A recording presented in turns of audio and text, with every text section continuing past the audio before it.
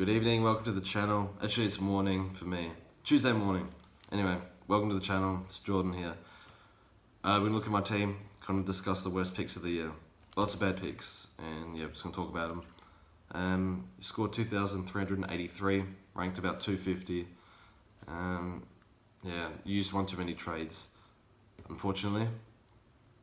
Have one left, and that's for like an emergency, like an end of season injury. Waiting for Nat 5 to come back.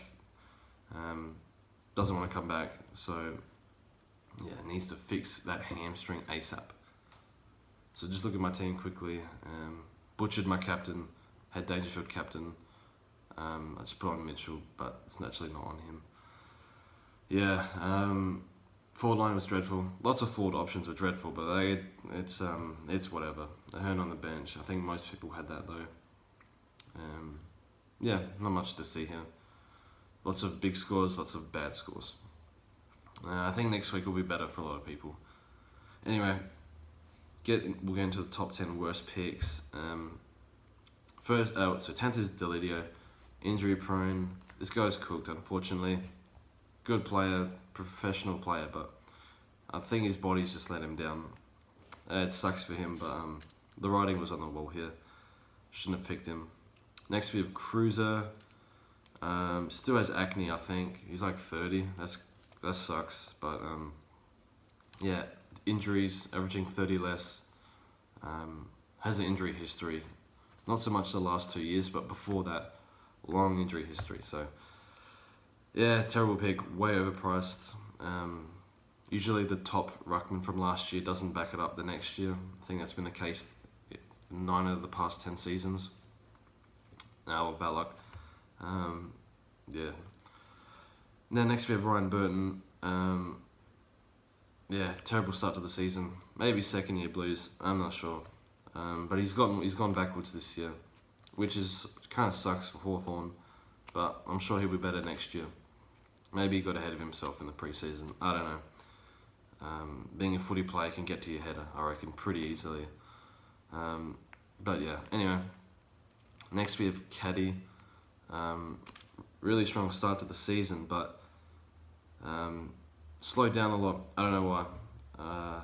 Maybe he overperformed early in the season, but classic trap. He's been a trap for many years, and I think he'll continue to be a trap for Supercoach terms. Good player, hard to match up on, but we don't care about that. We play Supercoach, so not for Supercoach. Bad pick. Next we have Tom Bell. Kind of a popular pick early in the season. In the preseason, he scored like, I think nearly 100 in half a game, and everyone's like, oh my god, I'm going to get Tom Bell. He's so cheap. But yeah, trap, played one game, disappeared. I don't know where he is right now. I don't even know if he's in the country. So yeah, dropped after round 1. Hopefully he finds another career. Because it's not looking like AFL, unfortunately. Good luck to him though. Now next we have Dalhouse. So Luke Dalhouse has been the #1 forward for total points over the past 4 years. But he finished last year really bad. Maybe he just checked out. Maybe he wanted to go back to Vietnam. Maybe he wants to trade. I don't know. But yeah, kind of unfortunate. He's played a bit more forward, I think, because McLean's... I mean, the Dogs, they're full of mid-forward players. Like Hunter, McLean, I think Dunkley, a couple others. So yeah, Dalhouse has been a bad pick, averaging in the 80s, low 80s. Very unfortunate, but oh well. I think I'm never going to pick him again. Probably not. I think he's capable though of being a premium again though. Anyway, so next we have David Armitage. So this guy in the preseason was, I remember Nick Rewalt was like, oh, Armitage is roaring to go. He's looking really sharp. Comes out, scores 130 in the JLT, and then he gets dropped a few weeks into the season. So yeah, bad pick for David Armitage, classic trap. Yeah, he's irrelevant now. So now we have the big 3. So third we have Christian Petrarca. I'm Italian, so I don't like putting Italians in this list, but I guess you got to. So this guy was supposed to be a generational player, and it just hasn't happened. I'm not sure why. I think he doesn't have the running capacity just yet.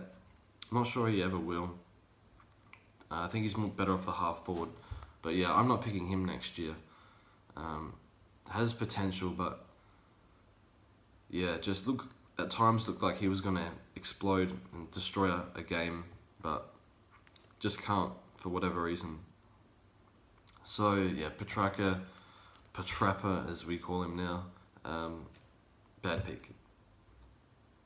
Next we have Lord Billings. So Jack Billings, this guy was playing, he just didn't want to play like hard football. He was just like, oh, there's a ball, I'll give myself a couple of meters and not apply defensive pressure, but I'll get the cheapies on the wing.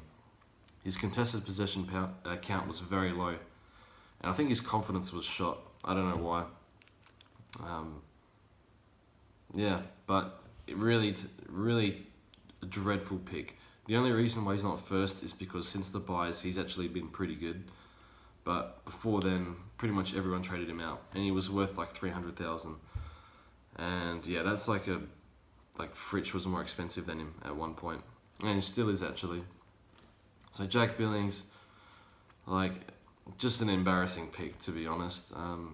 Lots of people picked him. I didn't, thankfully, but I nearly, probably not, but yeah, terrible pick. Now, first we have another highly embarrassing pick, the 232nd ranked player for this year. I think he was like 30th last year, Michael Hibberd. Dreadful pick. Comes out in the preseason, scores 120, hasn't scored 100 since. So Michael Hibberd, just a terrible pick, and he said he was going to play his role again about 6 rounds in that he played last year. Still scored crap. So I don't know what his excuse is, but then Lever went out the side and he still scored bad, and now he's injured. So maybe, you know, got content with his All-Australian pick last year. And yeah, so that's the top 10. Hibberd has been dreadful. 550,000. What a waste of money. But yeah, so that's the top 10 worst picks. Let me know what you think. And yeah, we'll be back next week with the update. I don't know, I'll do some sort of theme for the video. Maybe I want to discuss picks for next year, because next year's looking really difficult for the midfield. Whereas this year the midfield wasn't that difficult, I don't think. But yeah, anyway, good luck, and we'll see you next week.